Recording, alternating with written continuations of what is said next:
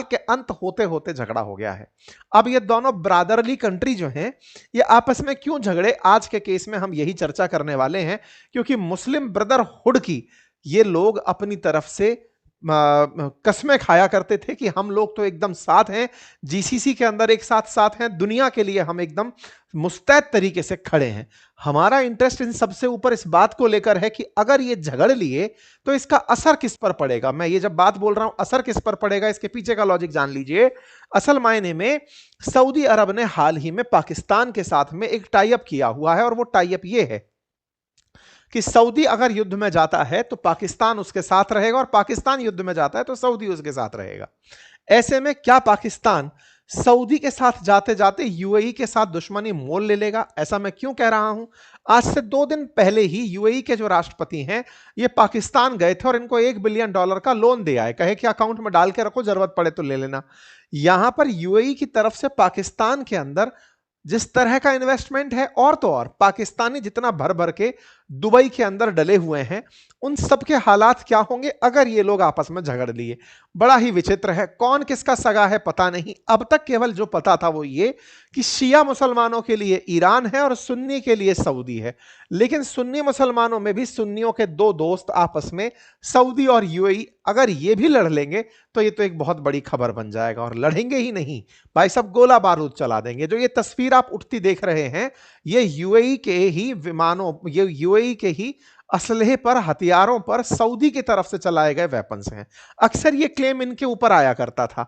ये हालांकि अभी गए हुए हैं अमेरिका और वहां जाकर के ईरान में आग बरपाए हुए हैं। ईरान का सेशन अभी हम लेकर आएंगे बातें बाजार की, पर आज वहां पर भी एक विचित्र घटना चल रही है। ईरान कह रहा है हम कुछ और बड़ा कर देंगे, अब तुम लोग मान नहीं रहे हो, क्योंकि ये वहां पहुंच गए हैं और ये फिर से ईरान के लिए चाबी वहां टाइट करवा रहे हैं। इनका अपना अलग चल रहा है। खैर, पूरा की पूरा मिडिल ईस्ट अपने आप में एक चर्चा का विषय बना हुआ है।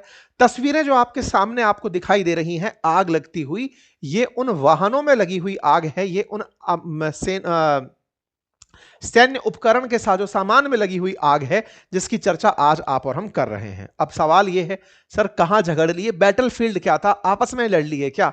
नहीं साहब, बैटलफील्ड चुना किसी तीसरे को, और वो नाम है यमन का। यमन में आप लोगों ने हूतियों और हदियों के बारे में सुना होगा। आपसे कई बार हमने एक जिक्र किया है, और वो ये कि ईरान समर्थन देता है हूतियों को और हदियों को समर्थन प्राप्त है सऊदी का। इस तरह से यमन में 2 बड़े ग्रुप हैं जो काम कर रहे हैं। लेकिन आज आपको हम बताएंगे यहां 2 नहीं 4 ग्रुप हैं। मतलब हूतिये तो एकदम फिक्स हैं जो ईरान के साथ जुड़े हुए हैं, लेकिन जो हदिये हैं यानी कि जो सुन्नी मुसलमान हैं यमन के, वो 2 ग्रुपों में बटे हुए हैं, जिनमें एक ग्रुप सऊदी समर्थित है और एक ग्रुप यूएई समर्थित है। आज कलेश उन्हीं के बीच का है। कलेश ऐसा कि कई गाड़ियां जो एक साथ बहुत सारा वेपन लेकर जा रही थी उनको उड़ा दिया गया। यानी प्रिंस सलमान ने अपने पड़ोसी जो यूएई के जो राष्ट्राध्यक्ष हैं उनके साथ अपनी दोस्ती को भुला दिया। हेडलाइन बनकर के आती है कि सऊदी अरब ने स्ट्राइक कर दिया है यूएई बैक्ड फैक्शन पर जो कि यमन में है। आज की सुर्खी में यूएई ने किस प्रकार से क्या प्रतिक्रिया दी, हम आज के सेशन में आपके साथ डिस्कस करेंगे। और अल्टीमेटली ये वही वाली बात, जावेद जाफरी वाली लाइन धमाल मूवी के अंदर, मेरा क्या होगा, ऐसा मुंह निकाले हुए पाकिस्तानी हमें समझ में आते हैं, क्योंकि इनकी जो मित्रता है ये मित्रता इनके साथ कर रहे हैं, लेकिन नौकरी करने के लिए यूएई जा रहे हैं। आइए कहानी को विस्तार से आगे लिए चलते हैं। संयुक्त अरब अमीरात की बात हो रही है। कहा जा रहा है कि ये यमन से अपनी सेना को वापस बुलाने का फैसला कर लिया है। सवाल है हुआ क्या था, फैसला किस बात पर हो रहा है? तो असल में थोड़ा सा आपको यमन को समझना पड़ेगा। यमन को समझते हैं, आपने और हमने कुछ दिनों पहले भी समझा था, जब यमन से निकल करके हूतियों ने ईरान के समर्थन में इजराइल की तरफ से आ रहे जहाजों को पानी से आने से रोक दिया था। मैं थोड़ा सा लोकेशन आपको समझाना चाहूं तो यहां पर जो ये पानी आप देख रहे हैं दैट इज अरब सागर। अरब सागर के पूर्व में लगा हुआ है भारत से अगर किसी को मेडिटेरेनियन सी जाना है तो उसके लिए जो सबसे उपयुक्त रास्ता है वो यही है कि साहब अरब सागर से निकलो, गल्फ ऑफ आदेन से होते हुए बाबे मंडल स्ट्रेट को पार करो, लाल सागर को पार करो और लाल सागर को पार करते हुए स्वेज कैनाल के थ्रू होते हुए मेडिटेरेनियन सी में पहुंच जाओ। यह हमारे बीच का एक रास्ता बना हुआ है। दुनिया का बहुत सारा ट्रेड जो कि यूरोपियन कंट्रीज से होकर के मिडिल ईस्ट के लिए होता हो, इंडिया के लिए होता हो और आसियान कंट्रीज के लिए होता हो, वो सामान्यतया यही रूट फॉलो करता है।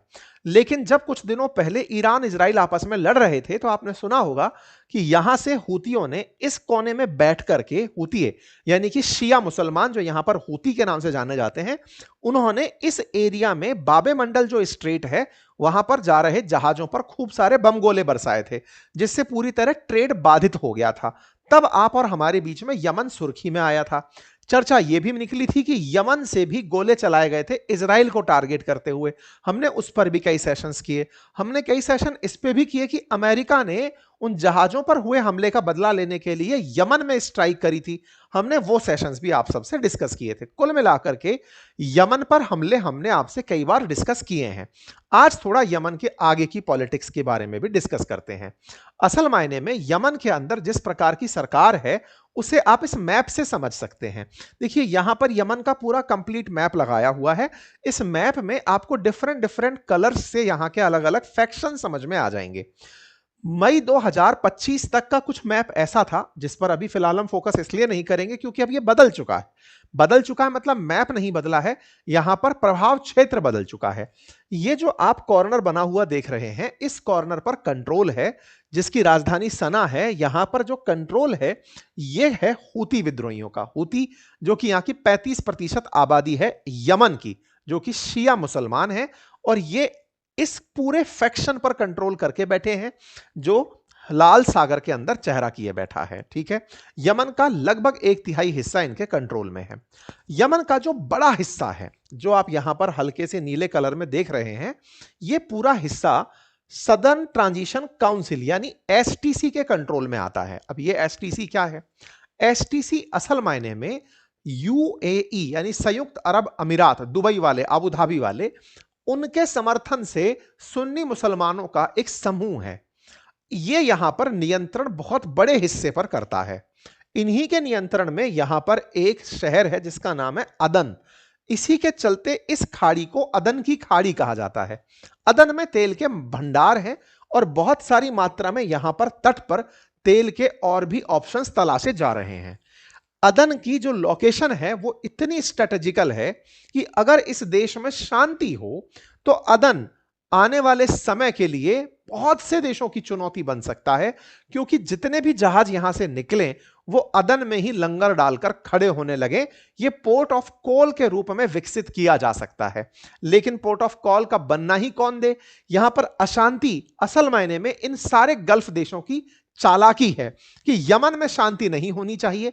अगर यमन शांत देश बन जाए तो आप विचार करिए कि यह पूरा इतना स्ट्रेटेजिकल पॉइंट है कि यह सिंगापुर से भी बड़ा और सिंगापुर से भी डेवलप्ड देश बन सकता है, क्योंकि सिंगापुर की तरह ही यह स्ट्रेटेजिकली बहुत इंपॉर्टेंट है। लेकिन जहां पर सबसे ज्यादा रणनीतिक संबंध जुड़े हों, स्वार्थ जुड़े हों, वहां कलेश भी नेक्स्ट लेवल के होते हैं।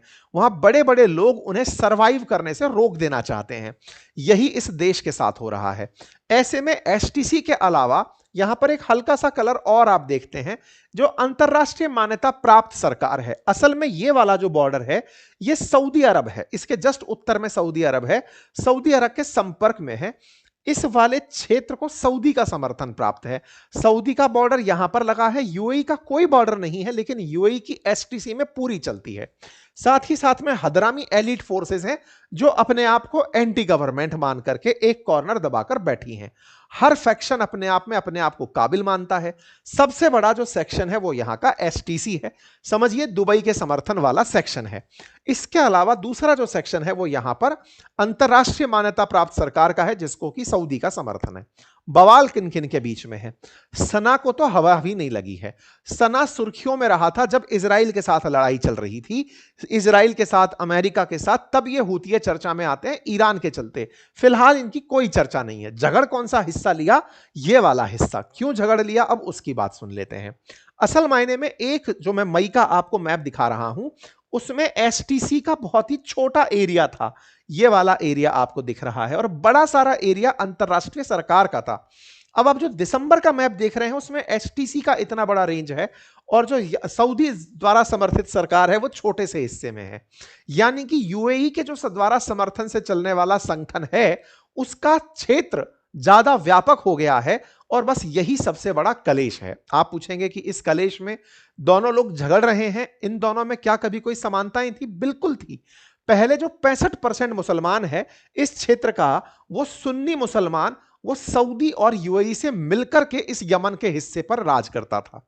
यानी कि यमन को दो हिस्सों में बांटने में ईरान का और संयुक्त रूप से सऊदी और यूएई का हाथ था।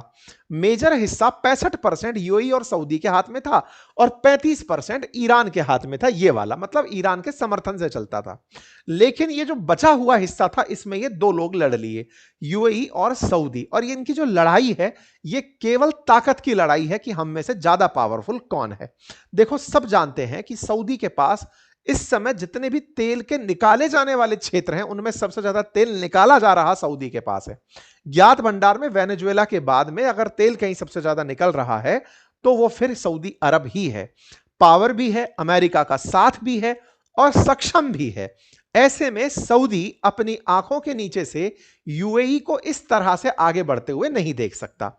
ये बहुत पुराने मित्र रहे हैं, इतने पुराने मित्र कि बहुत बार ऐसे ऐसे संघर्ष में साथ रहे हैं कि लोगों को ये आधी कटी रोटी लगे हैं।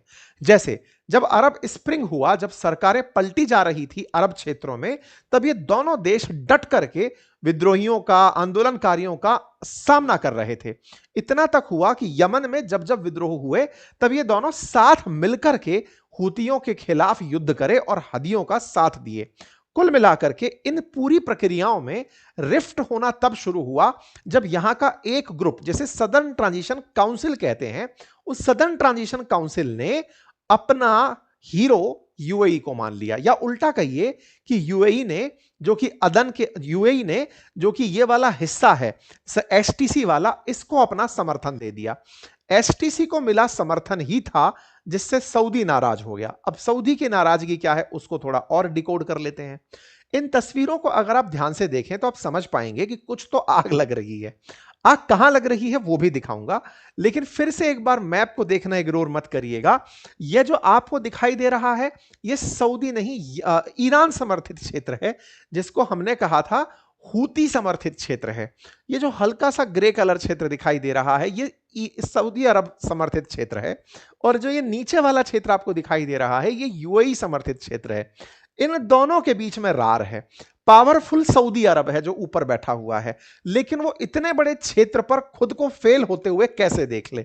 ऐसे में जब ये हद्रमौत करके जो जगह है इस पर मुकाला नामक पोर्ट पे सऊदी अरब के खिलाफ से मतलब इस वाली सरकार के खिलाफ मुकाला पोर्ट पर यूएई की तरफ से वेपन्स उतारे जा रहे थे जो कि एसटीसी के लिए थे। एसटीसी जो इस क्षेत्र में राज कर रही है, उस एसटीसी के लिए मुकाला पोर्ट पर यूएई के वेपन उतर रहे थे। तो बस इन वेपन्स को देख करके सऊदी चिढ़ गया तो उनमें आग लगा दी। तस्वीरें आपके सामने हैं, सऊदी अरब ने गोला फेंक दिया। यह तस्वीर निकल कर आती है। यह वो मुकाला पोर्ट है जहां पर यूएई ने ट्रांजिशन ऑफ किए हुए, यानी कि ट्रांसपोर्टेशन की जो रेस्पोंडेंट हैं वो ऑफ थे, ट्रांसपोंडेंट बोलते हैं जिनसे पता नहीं चल सकता कि जहाज किस दिशा में जा रहा है।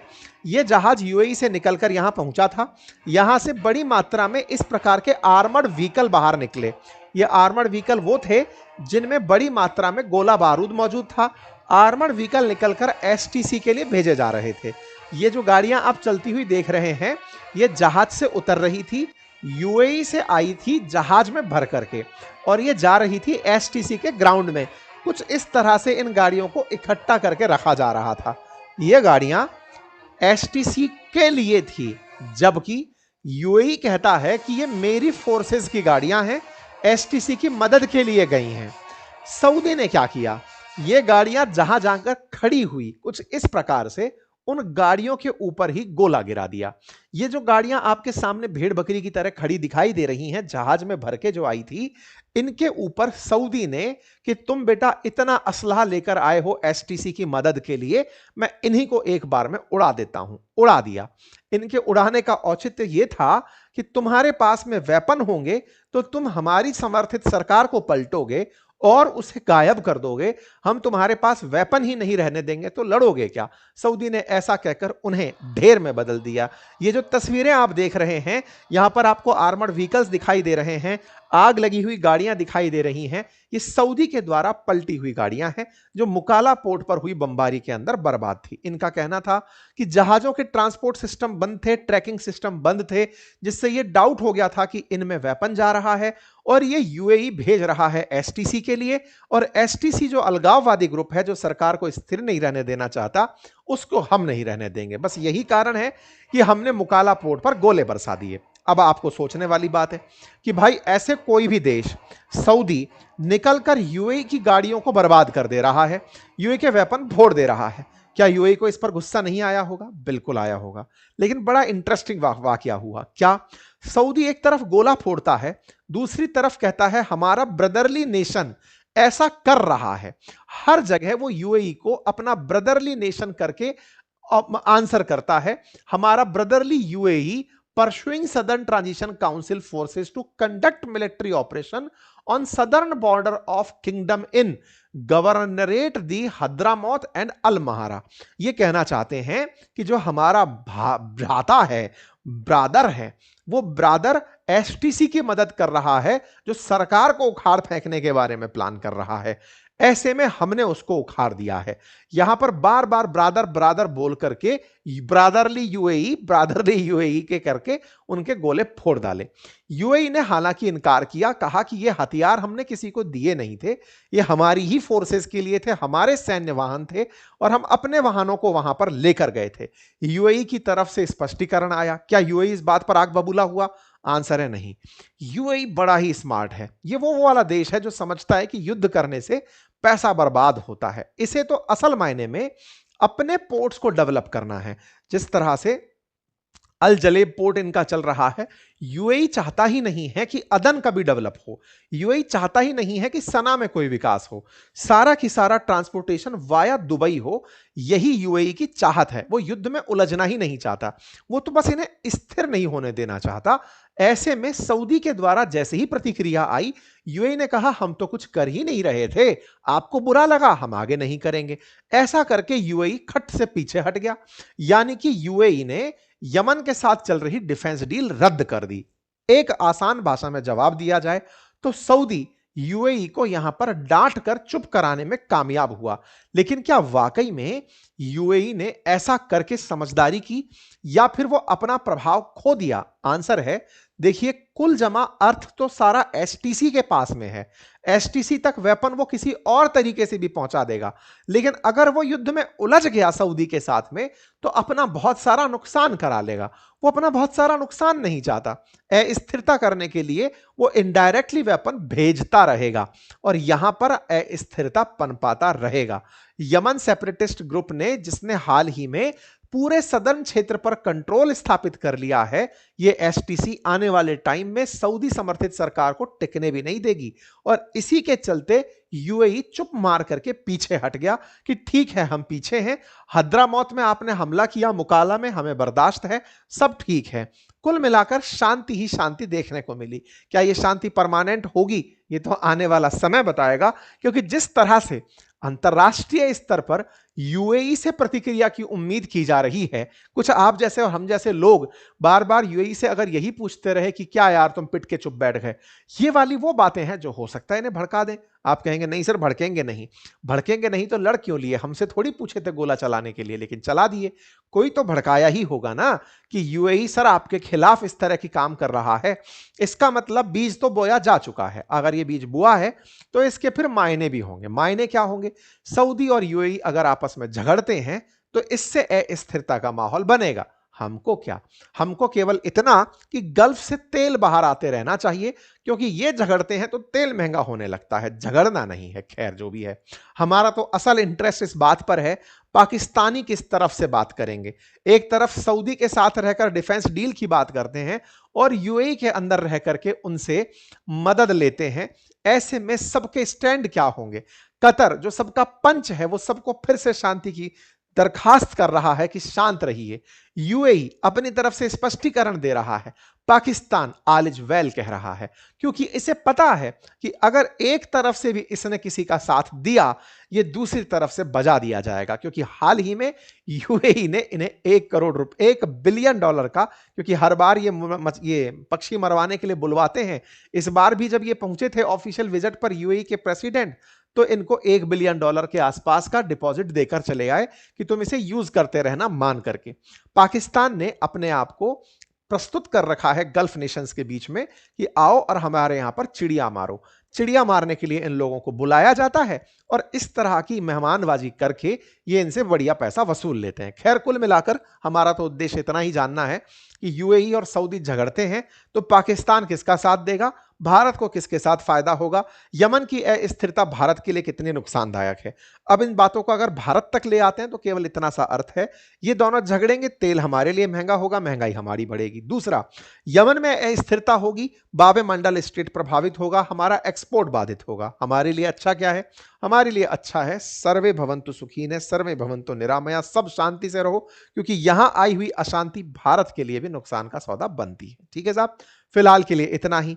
आप लोग इस विषय पर क्या सोचते हैं, अपनी राय जरूर कमेंट बॉक्स में दीजिएगा।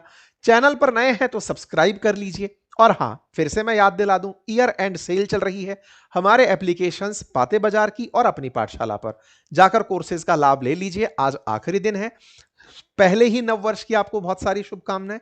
कल सुबह आपके साथ एक बार नव वर्ष पर रविवार वार्ता की तरह एक वार्ता रखी जाएगी, जिसमें हम न्यू ईयर के रेजोल्यूशंस को लेकर बात करेंगे। आप और हम क्या मिलकर कुछ नया करने जा रहे हैं, हमारे वो प्लान आपसे डिस्कस होंगे। हमारे फ्यूचर को लेकर विजन क्या है वो हम बताएंगे, और 2025 में हमने क्या पाया वो आपके साथ साझा करेंगे। फिलहाल के लिए इतना ही। बहुत बहुत धन्यवाद।